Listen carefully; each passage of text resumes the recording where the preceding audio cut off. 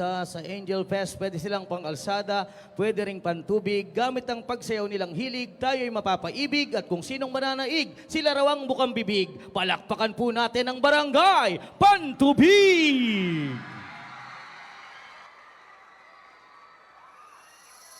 Ang sarap pa nang bumalik talaga sa probinsya ng Bulacan. Uy, ako nga pala si Rafael, taga Pantubig. Bata pa lang ako, nasanay na akong mamulat sa masiglang tunog ng tambol tuwing kapistahan.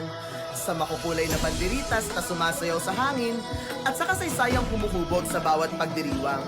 Dito, bawat isa ay hindi lang selebrasyon, kundi pag-alaala sa tapang, sa pananampalataya at sa sining at kultura ng ating mga ninuno.